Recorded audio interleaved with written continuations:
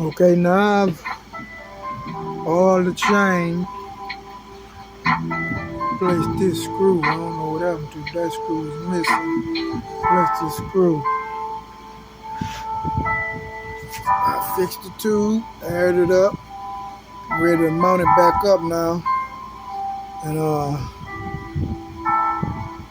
put both wheels on it. I'm gonna take it out and give it a wash. And I gotta check that brake cable on the front and see what's going on with it. What's the problem with it? And we're gonna be ready to try to see some action out of this thing.